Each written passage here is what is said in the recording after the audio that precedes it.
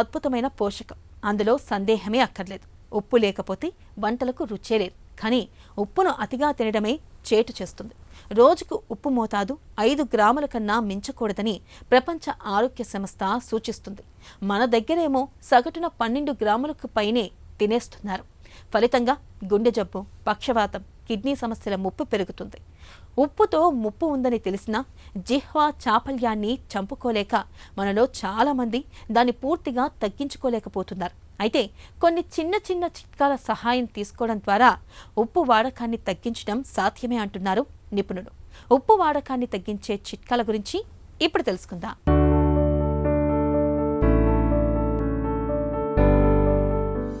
ఉప్పు వాడకాన్ని తగ్గించుకోవటం అసాధ్యమేమీ కాదు. మనసుంటే మార్గం అదే దొరుకుతుంది. అయితే ఎలా మొదలు పెట్టాలనేది తెలియకే సతమతమవుతుంటారు. సాధారణంగా మనకు 2 మార్గాల్లో రుచి జ్ఞానం తెలుస్తుంది. 1 పులుపు ఉప్పు మార్గం, 2 తీపి చేదు కమ్మదనం మార్గం. ఇవి నాలుక ద్వారా మెదడుకు సమాచారాన్ని చేరవేసి ఆయా రుచులు తెలిసేలా చేస్తాయి. పులుపు ఉప్పు ఒకే మార్గంలో ప్రయాణిస్తాయి కాబట్టి నిమ్మరసం, వెనిగర్ వంటి పుల్లటి దినుసులను ఆహారానికి కలిపి చూడండి. ఉప్పదనం పెరుగుతుంది. అలాగే ఆహార పదార్థాల్ని కాస్త దోరగా వేయించినా మంచి ఫలితం ఉంటుంది. పదార్థాలు దోరగా వేగినప్పుడు రకరకాల కొత్త రుచికారకాలు పుట్టుకొస్తాయి.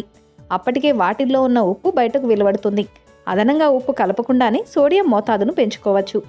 ఇక వండేటప్పుడు కాకుండా వడ్డించుకునేటప్పుడు కూరలు, పదార్థాల మీద ఉప్పు చల్లుకోవటం మరో పద్ధతి.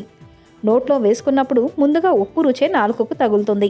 ఇలా చేయడం వల్ల తక్కువ ఉప్పుతోనే భోజనాన్ని లాగించేయచ్చు. పొటాషియంతో కూడిన సైంధవ లవణం మరో ప్రత్యామ్నాయం. అయితే చేదుగా ఉండటం వల్ల దీనిలో మామూలు ఉప్పును కలిపి అమ్ముతుంటారు. పొటాషియం ఉప్పులో పావువంతు మామూలు ఉప్పు కలిపితే పెద్ద తేడా ఏమీ తెలియదు. కానీ డాక్టర్ సలహా తీసుకున్నాకే దీన్ని వాడుకోవాలి. ఎందుకంటే కిడ్నీ జబ్బులు గలవారిలో, కొన్ని రకాల బీపీ మందులు వేసుకునే వారిలో దీంతో పొటాషియం మోతాదులు చాలా ఎక్కువయ్యే ప్రమాదం ఉంటుంది. ఇక ఉప్పును తగ్గించుకోవడానికి కూరల మీద కొత్తిమీర, పుదీనా వంటివి చల్లుకోవడము మంచిదే. ఇవి మంచి సువాసన కలిగిస్తూ రుచిని పెంచుతాయి.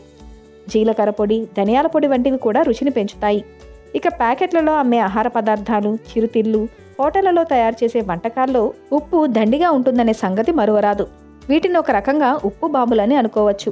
మనం తినే సోడియంలో సుమారు 70% ఇలాంటి బయట తిండి నుండే వస్తున్నట్లు పరిశోధనలు చెబుతున్నాయి. మరి అందువల్ల బయట నుంచి తెచ్చుకునే ఆహార పదార్థాల విషయంలో జాగ్రత్త అవసరం. మరీ తప్పనప్పుడు తక్కువ ఉప్పు ఉన్నవి చూసి ఎంచుకోవాలి.